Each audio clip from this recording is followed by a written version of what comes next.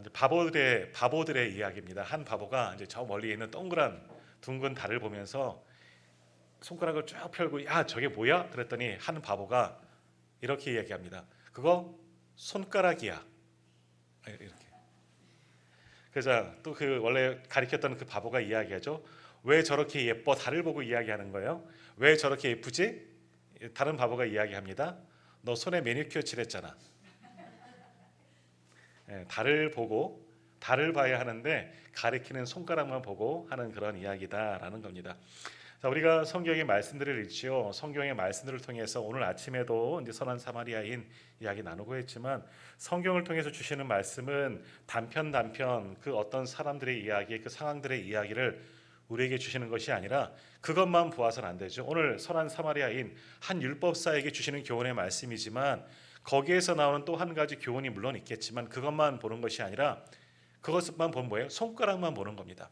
더 넓은 것을 봐야 되는데 무엇을 봐야 합니까? 달을 보는 것. 그건 뭐냐? 하나님이 하시는 역사를 보는 겁니다.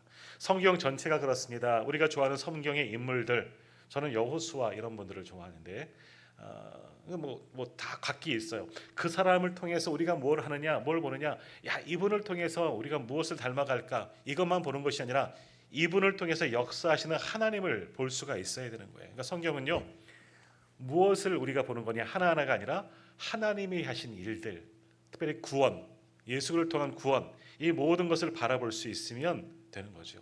하나님을 보는 겁니다. 오늘 예배도 마찬가지입니다. 오늘도 한 사람의 이야기도 삼손에 대한 이야기를 보겠지만 이 삼손만 집중해서 보는 것이 아니라 그를 통해 역사하시는 하나님을 어떤 말씀을 통해서 함께 볼 수 있기를 소망합니다.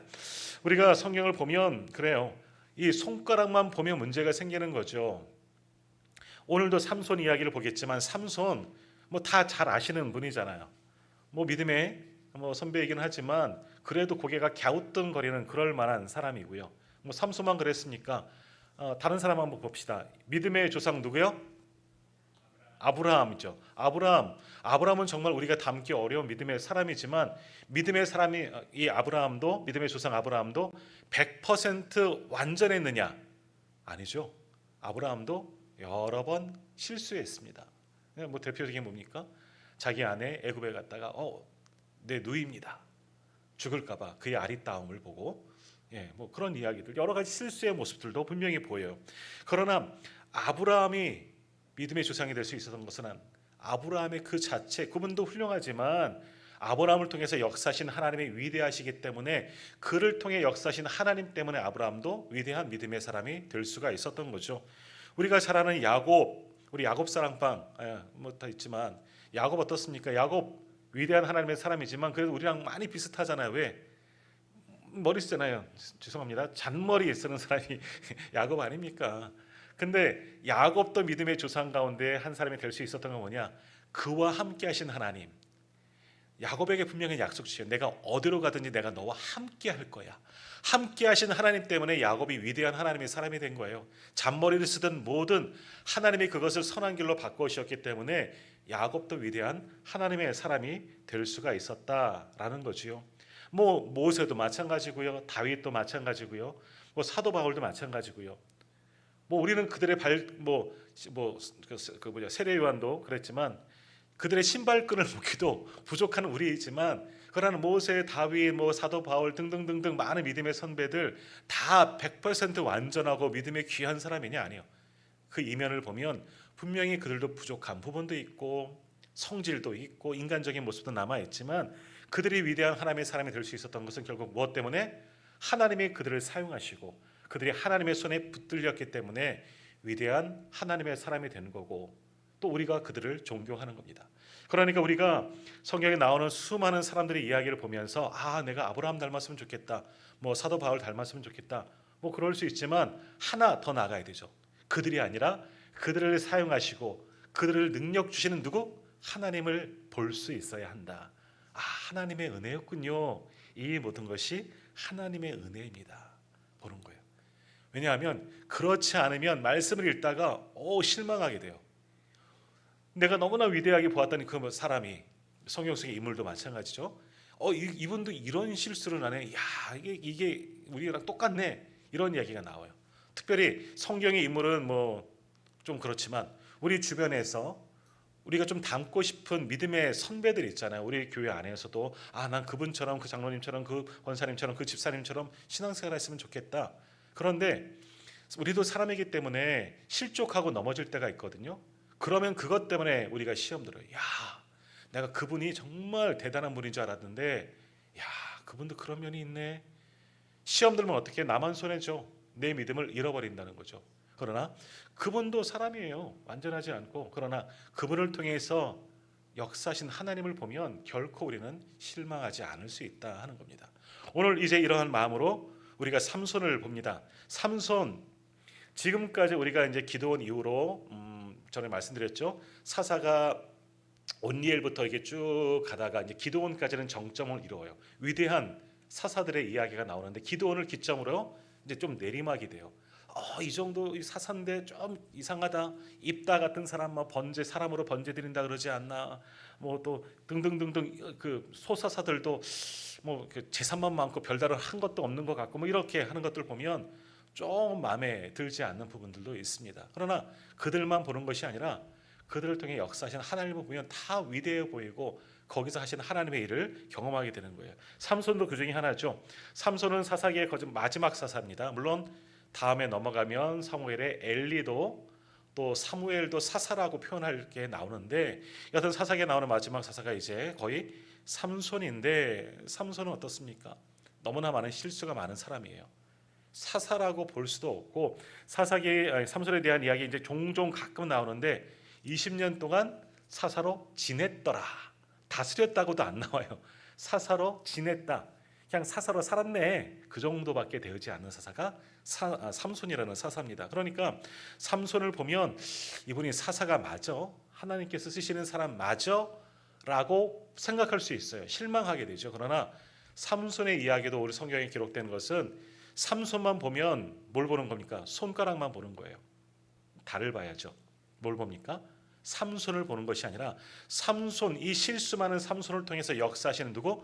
하나님의 역사하심을 우리가 볼 수 있어야 한다라는 거예요. 그러니까 삼손의 이야기 우리가 몇 주 동안 이제 계속 볼 겁니다. 우리가 지난 2주 보았지만 아직은 삼손 이야기도 안 나왔어요. 삼손의 가정의 이야기, 뭐 수태고지, 지난주에는 이제 아버지에 대한 이야기 쭉 보았지. 마노아의 기도라는 제목으로 아버지에 대한 이야기, 믿음의 사람이에요. 굉장히 좋은 가문이죠.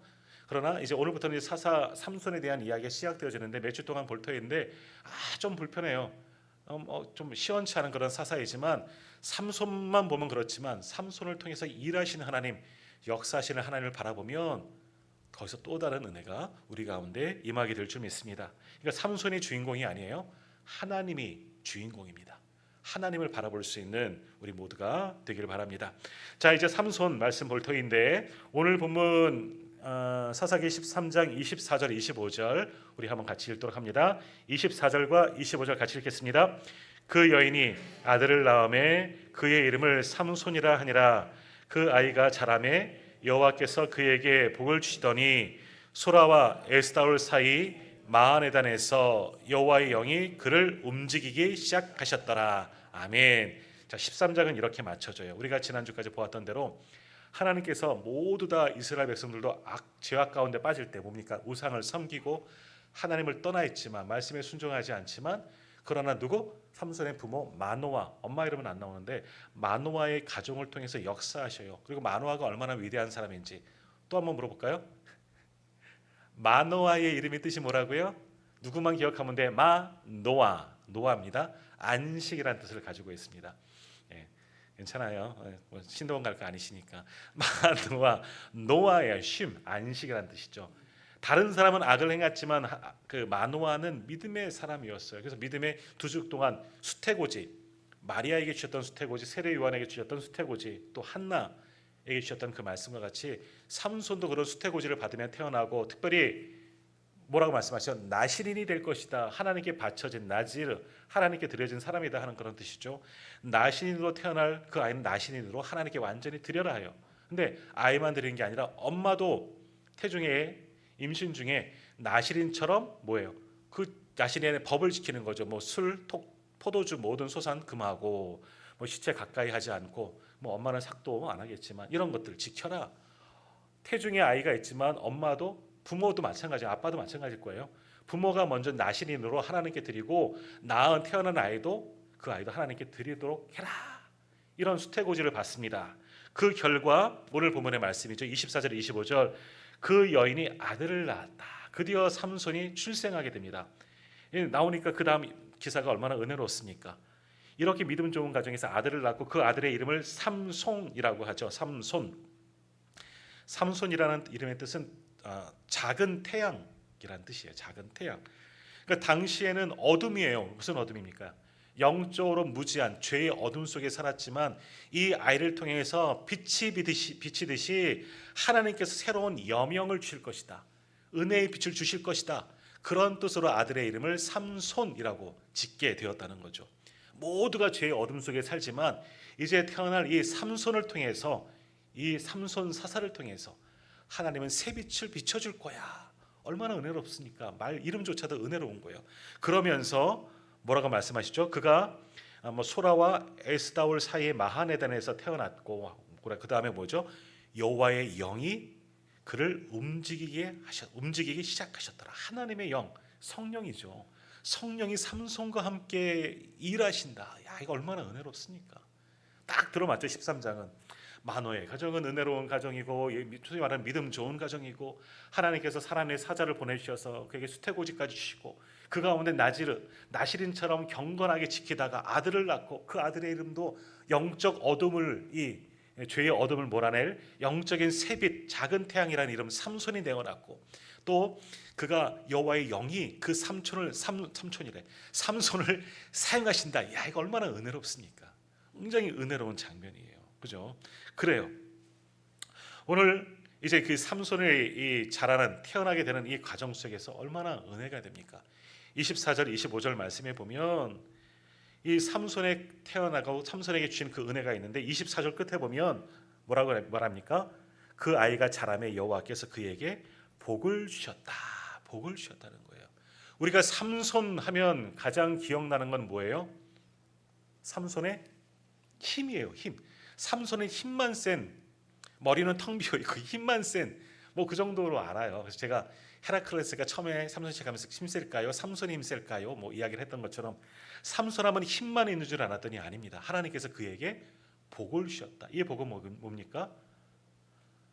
아브라함에게 주셨던 그 복, 믿음의 조상들에게 주셨던 그 복도 삼손에게도 주셨다는 거예요. 하나님이 함께 하신다는 거죠. 하나님의 복이 삼손에게 임했다는 겁니다. 하나님이 삼손에게 힘만 준 게 아니에요. 하나님이 함께 하시는 그 놀라운 복을 주셨습니다.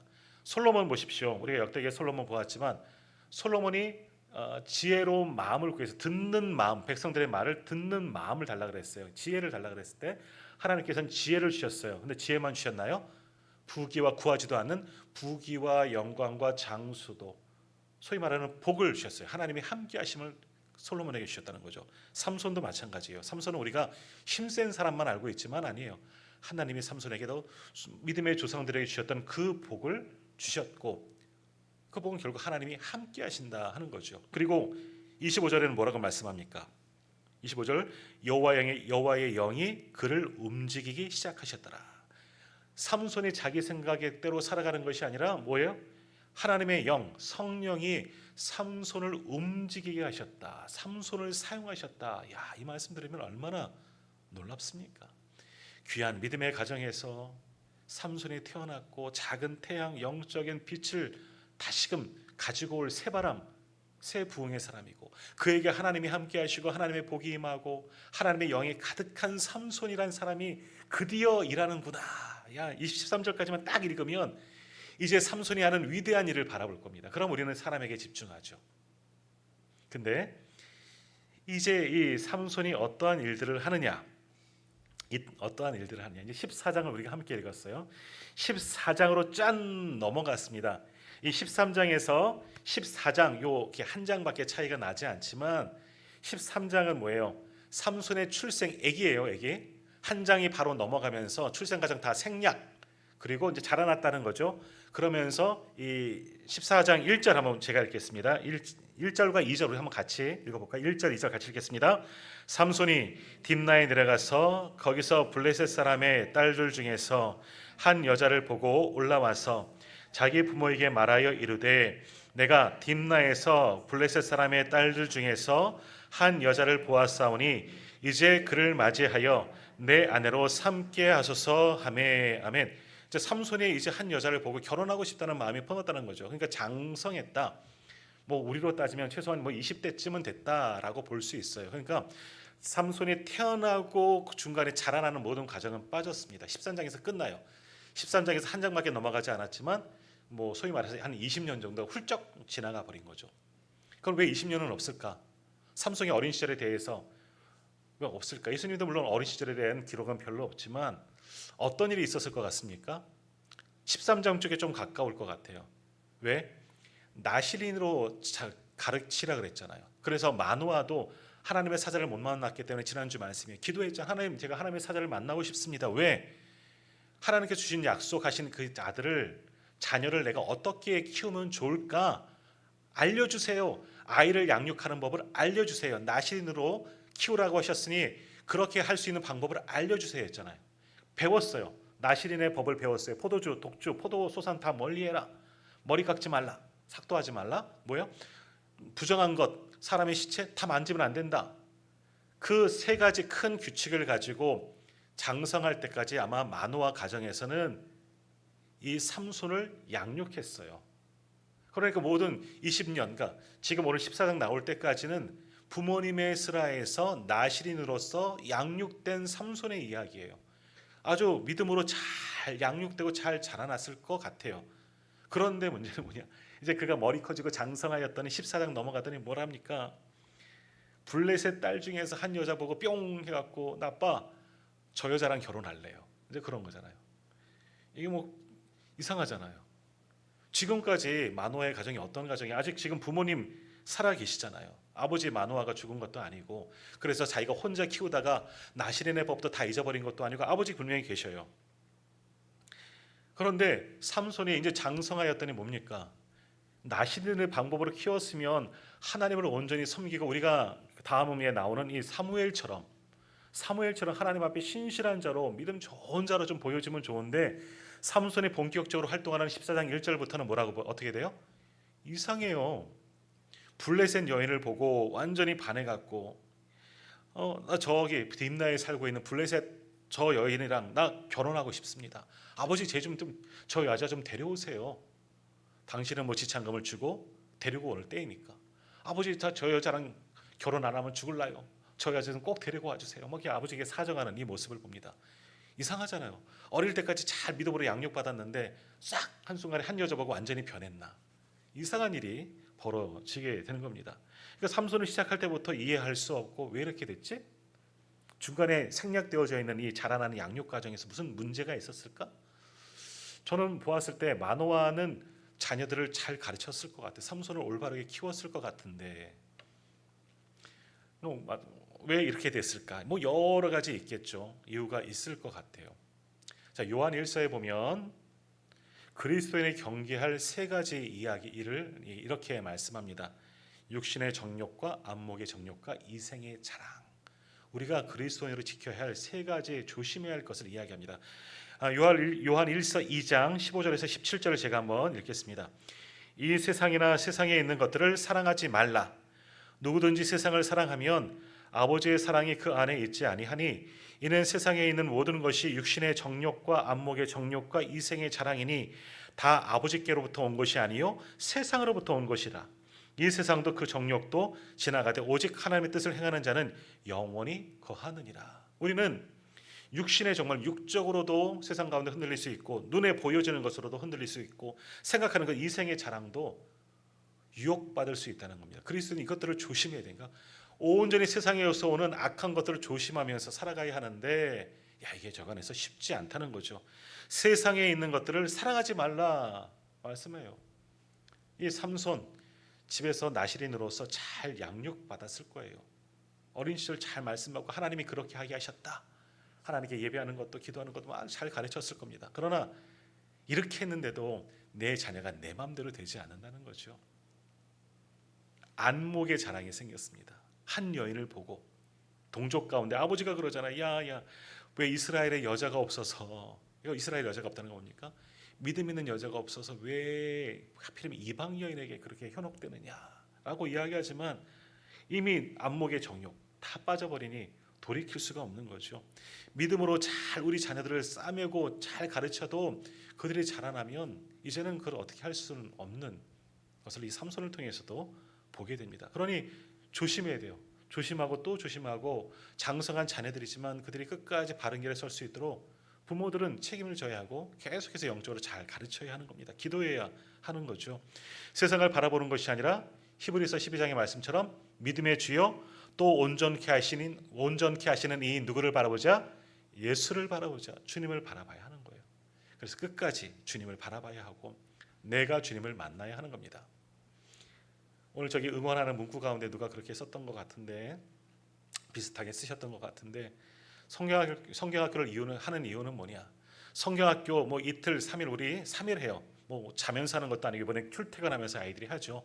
교회에서 출퇴근하면 개중에 또 빠지는 아이들이 있어요. 왜? 학원 가야 되기 때문에 부모들이 안 보내기 때문에 그런 경우도 있어요. 하지만 이 성경학교 하면서 아이들이 믿음이 정말 잘할까? 아니요, 잘합니다. 변화됩니다. 그것이 계기가 되기 때문이죠. 제가 증인입니다. 제가 그랬잖아요. 네. 그런 거예요. 우리 아이들이 성경학교를 통해서 자라날 수 있어요. 말씀을 통해서 여러 가지 프로그램을 통해서 아이들의 믿음이 자라나야 돼요. 근데 중요한 것은 뭐냐? 그냥 참여하는 것이 아니라 거기서 누구를? 예수님을 만나야 돼요. 우리가 소위 인격적으로 만난다 하죠. 내가 예수님을 만나면 결코 변하지 않습니다. 믿음의 주여 또 온전케 하시는 예수님을 바라보는 것, 나의 주님을 만나는 겁니다. 우리 성도님들 마찬가지입니다. 내가 신령에 흔들린다는 것은 예수님을 만난 기억이 가물가물하기 때문에 예수님을 만난 그 흔적이 있어야 돼요. 개인적으로 하나님을 독대해야 되죠. 만나야 되는 겁니다. 그 만남은 실제 이렇게 우리가 서로 얼굴을 보면서 만나는 분도 계시겠죠. 특별한 환상으로 그건 정말 특별한 일이에요. 사도바울과 같은 그런 만남, 예수님이 사울아 사울아 어찌하여 내가 나를 핍박하느냐, 이거는 정말 특별한 경우고 그렇게 만나는 경우는 지극히 드뭅니다. 그러면 어떻게 해요? 말씀을 통해서 예배를 통해서 여러 가지 방법을 하나님은 만나줍니다.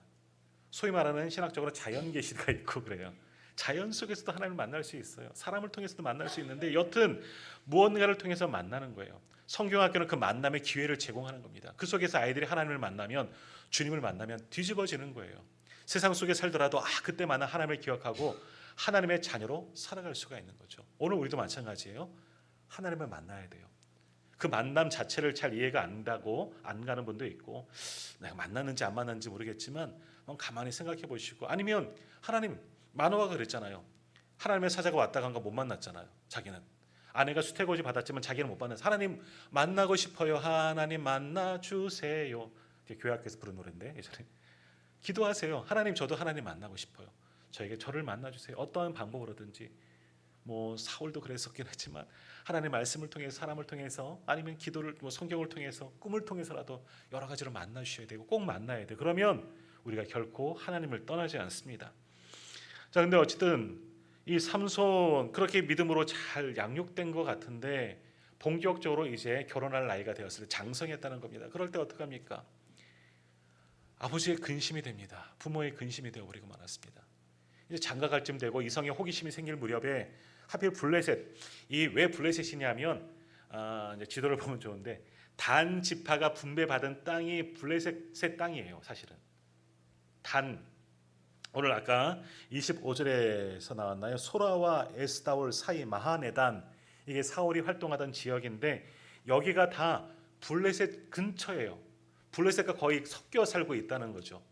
그러니까 블레셋 만나기 위해서 다른 나라 간 게 아니라, 블레셋 여인 만나려고 다른 나라 간 게 아니라 블레셋 땅에다가 단지파의 지경을 주셨으니까 자연스럽게 블레셋 여인과 만납니다. 왜 그런 블레셋이 남아 있느냐? 블레셋이 만만치 않은 나라입니다. 그러니까 단지파는 좀 작은 지파예요. 근데 이 단지파가 블레셋이 너무나 강해서 완전히 점령하지 못했습니다. 사실은 그 땅을 빼앗지 못했어요. 그래서 이게 이스라엘 지도라고 하면 블레셋이 여기에, 여기는 바다고, 여기면 단지파가 요쯤이에요. 근데 블레셋과 싸우다가 도저히 못 빼고 이제 삼손 지나서 이제 그 이야기를 하게 될 터인데, 여기서 살지 못하고 여기를 분배받았는데 땅을 찾아 이리저리 찾아가다가 저 북쪽까지 올라가요. 그래서 단이 여기에 있어요. 실제 단은 여기를 받아요. 그렇게 돼요. 그러니까 지금 블레셋과 섞여 산다고 보면 돼요. 이스라엘 사람이지만 블레셋과 함께 사는 거예요. 이웃에 있으니까.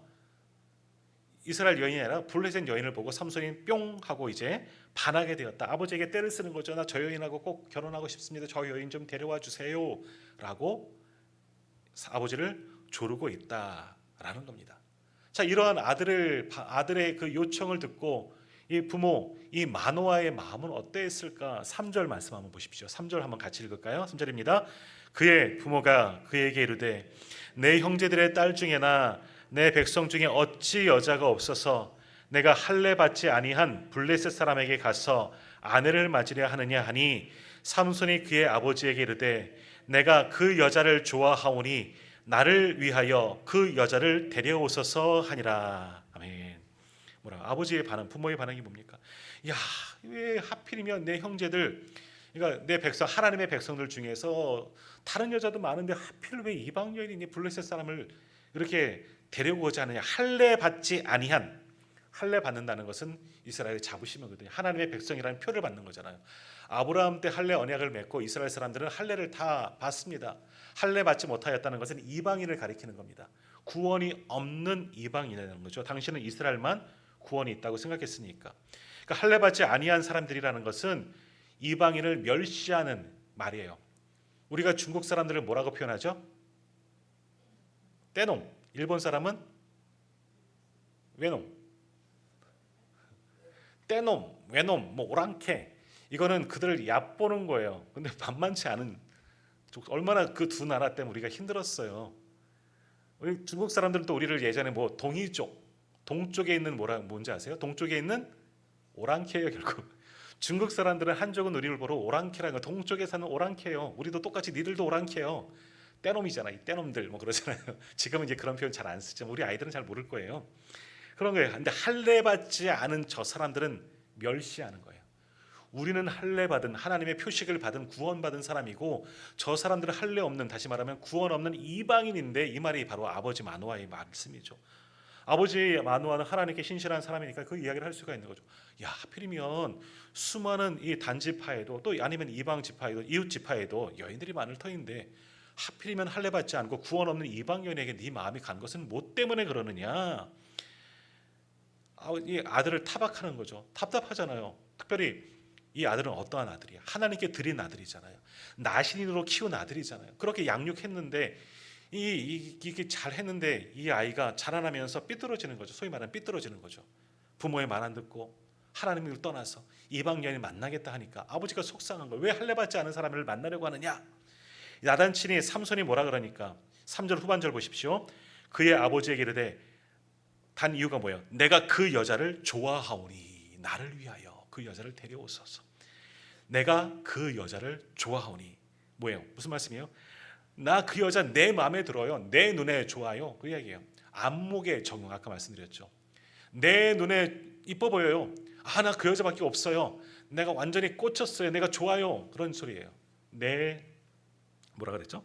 내가 그 여자를 좋아하오니, 내가 그 여자를 좋아하오니. 우리 사사기 맨 마지막 장 한번 펴볼까요? 사사기 맨 마지막 장 21장 25절, 이거 전에도 한번 보았던 말씀인데요. 사사기 맨 마지막 21장 25절 우리 한번 같이 읽어볼 겁니다. 찾으셨죠? 25절 사사기 맨 마지막 절, 맨 마지막 장, 맨 마지막 21장 25절 같이 읽겠습니다. 그때에 이스라엘 왕이 없으므로 사람이 각기 소견에 옳은 대로 행하였더라. 아멘. 사사기를 대표하는 말씀이 사사시대 혼란함, 영적인 타락을 이야기하는 말이 이 말씀이에요. 자기 소견에, 사람이 각기 자기 소견에 옳은 대로 살아왔다. 이 이야기가 오늘 다시 삼손으로 넘어갑시다. 삼손이 아버지에게 한 말이에요. 내가 그 여자를 좋아하오니, 내가 좋아하오니, 내 소견에 그 여자가 좋사오니, 똑같은 얘기예요. 그러니까 사람이 자기 소견에 옳다, 내 소견에 옳은 대로 사는 거랑 삼손이 여자를 보고 아버지에게 이야기하는 내가 그 여자를 좋아하오니가 똑같은 말이라니까요. 사사시대 영적인 타락을 이야기하는 겁니다.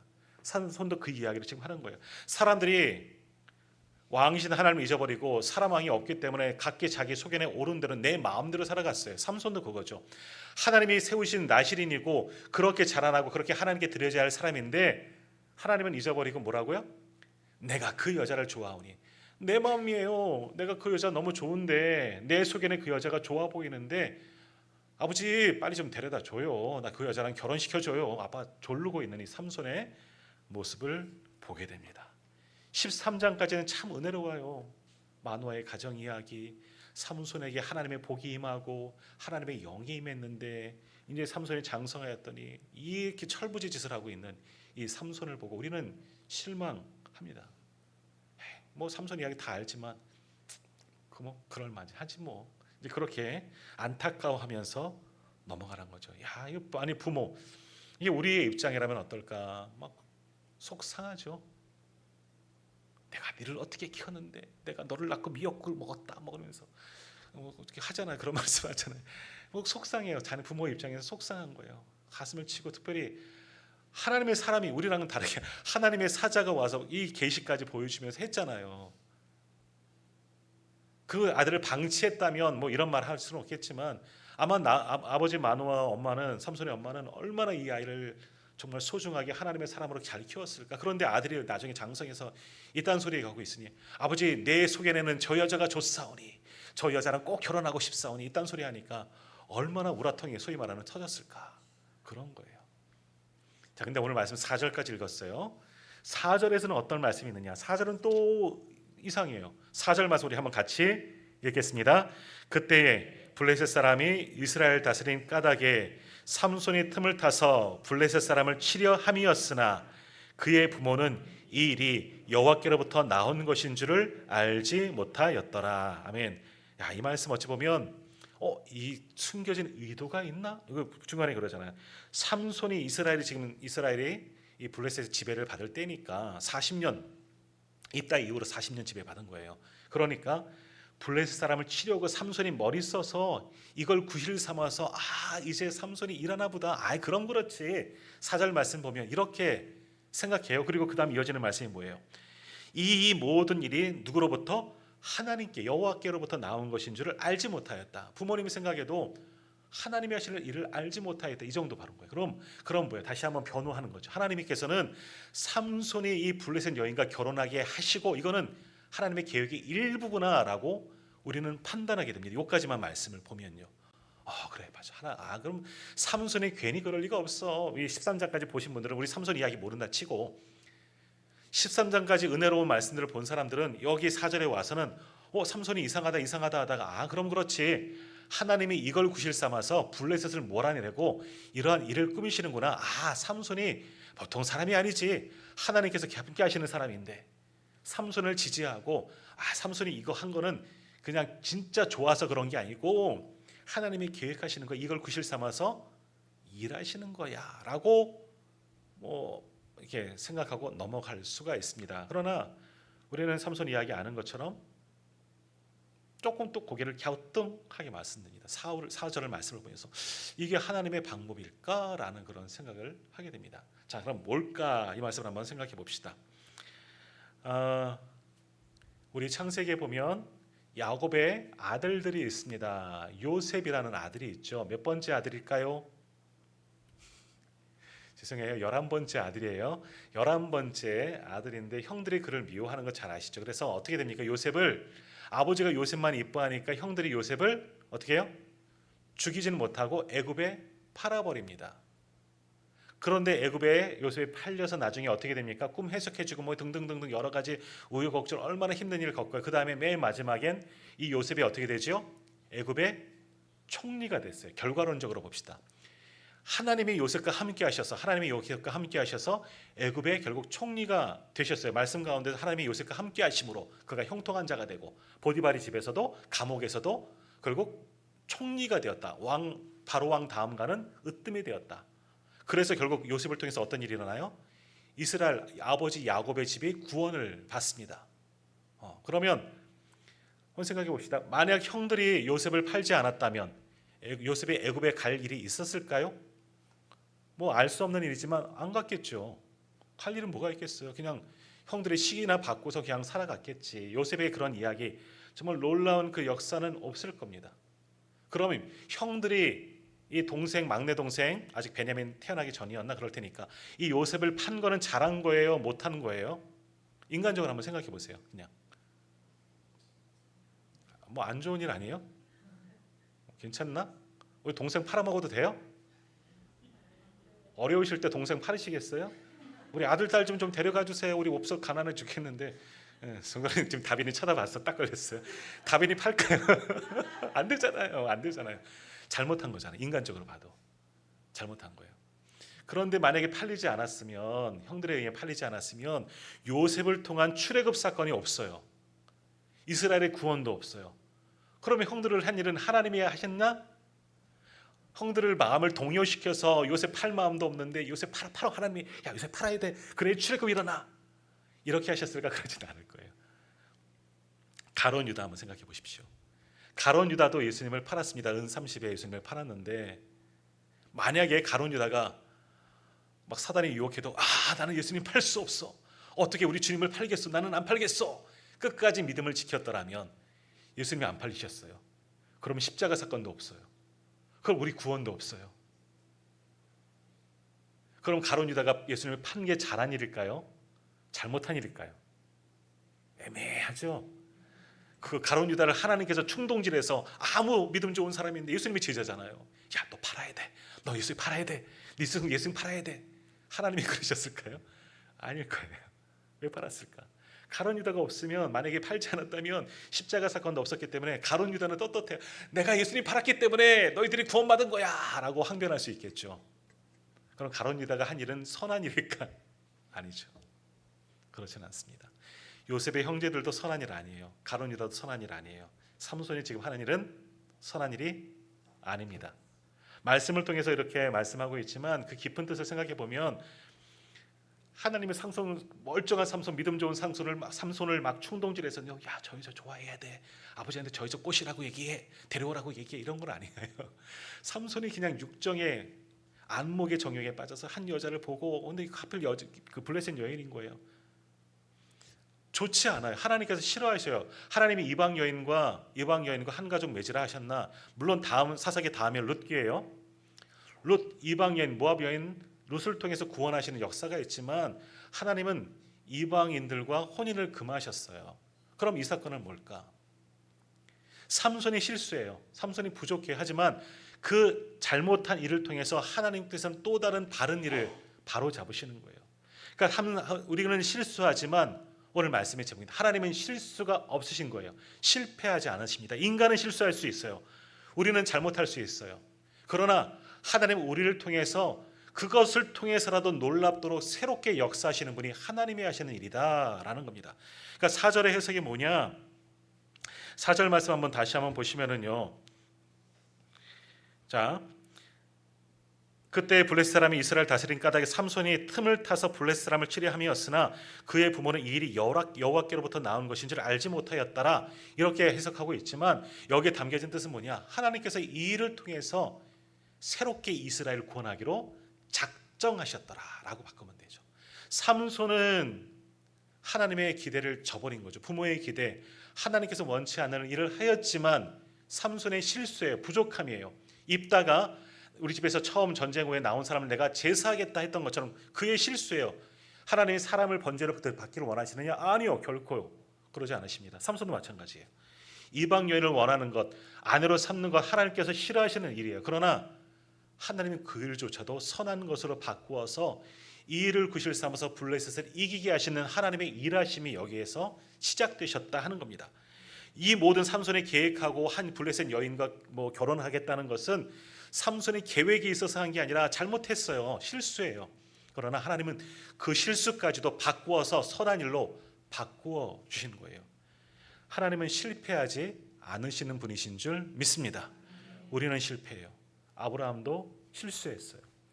다윗도 실수했어요. 괜히 옥상 거닐다가 한 거래에 걸리다가 저기 목욕하는 여인 훔쳐보다가 마음에 들어가고 데리고 와. 내 부하잖아요. 이런 일 있잖아요. 실수해요. 모세도 실수해갖고 그 가나안 땅 못 들어갔잖아요. 성경에 많은 위대한 사람들 예수님 빼놓고는 다 실수했어요. 사도 바울도요. 혈기가 얼마나 많아요. 그리고 과거가 있잖아요.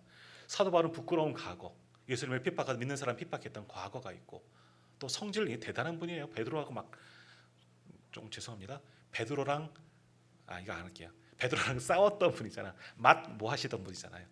베드로가 어떤 사람이에요? 자기 사도 바울은 비교도 안 될 사람인데 그랬던 분이에요. 다 실수예요. 그러나 하나님은 그것을 통해서 선으로 바꾸시는 분이 하나님이십니다. 악인을 사용하셔서 선한 사람들을 깨닫게 하시는 거예요. 사사기를 통해서 보여주셨잖아요. 왜 이스라엘 하나님의 백성들이 잘못했다면 하나님께서 직접 몽둥이를 주시지 왜 이스라엘보다 더 나쁜 이방인들을 들어서 이스라엘을 깨닫게 하시느냐? 악한 것이지만 그들을 하나님의 도구로 그들을 사용하시는 거예요. 그게 하박국의 기도예요. 나중에 하박국 볼 때 뭐 이야기가 나누겠지만 하박국이 이해가 안 돼서 하나님께 기도하는 거예요. 하박국 선지자가 성전 높이 올라가서 하나님께 더 가까이 가는 거죠. 부르짖어요. 하나님 알다가도 모르겠어요. 우리 이스라엘 백성 두 가지 기도를 드렸는데 두 번째만 이야기할게요. 하나님 이스라엘 백성들 잘못한 거 아는데 왜 우리보다 더 악한 저 갈대아 사람들, 그러니까 바벨론이죠. 바벨론 사람들을 들여서 우리를 왜 괴롭히게 하십니까? 벌을 줍니까? 저들이 더 악한데. 우리는 하나님의 백성이잖아요. 근데 우리를 징계하실 때 하나님이 직접 하시지 왜 악한 사람, 우리보다 더 악한 사람 들어서 우리를 치시느냐? 하나님이 잠잠하라 말씀하셔요. 그게 내 뜻이다. 그래요. 우리는 알 수 없지만 하나님의 방법은 놀라운 거예요. 악을 했지만 우리도 실수했지만 하나님 그것을 바꾸어서 선으로 바꾸시는 거예요. 하나님이 그러면 이 삼손을 통해서 오늘 말씀만 보면 4절 보면 하나님이 이렇게 하시는 거 하나님도 뭔가 좀 잘못하시는 것 아닐까? 아니요. 하나님은 절대로 실수 안 하셨어요. 삼손이 잘못 가고 있지만 그 잘못된 방법을 다시금 뒤집어서 하나님의 방법으로 바꾸어 주시는 겁니다. 선으로 바꾸어 주시고 이를 통해서 이스라엘을 구원케 하는 역사가 시작되는 겁니다. 삼손이 잘한 거 하나도 없어요. 나신으로 배웠으면 자라났으면 하나님께 정말 사무엘처럼 귀한 모습으로 나아가는 게 삼손의 모습이 되어져야 하는데 오늘 본문 1절부터 3절까지 있는 말씀 보면 아버지도 가슴을 두드리죠. 너 왜 그러니? 너 왜 그러니? 우리도 가슴 두드리고 삼손은 왜 그랬을까? 하나님도 마음 아프시지만 하나님은 이제 그것을 뒤집어 엎으시는 겁니다. 하나님의 방법으로 선한 일로 이루어셔요. 그래서 이렇게 헛짓거리하는 이 삼손을 통해서 하나님의 놀라운 구원의 역사를 새롭게 시작하는 겁니다. 삐뚤어졌는데 잘못된 길로 갔는데 하나님께서 강제로 돌이키셔서 하나님의 일을 시작하고 계시는 거예요. 이게 하나님의 위대하심입니다. 그렇게 하나님은 우리를 사랑하십니다. 그럼 우리도 마찬가지예요. 우리도 때로는 잘못된 길로 갈 수 있어요.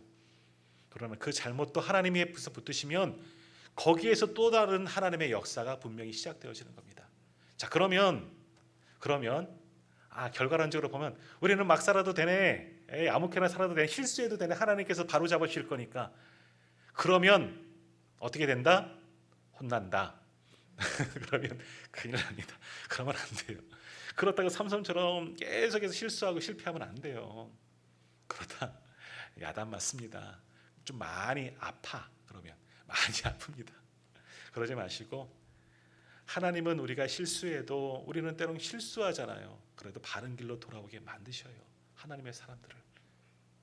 그 하나님이 일하시기 때문에 하나님은 사람은 실수할 수 있지만 하나님은 실수하지 않으십니다.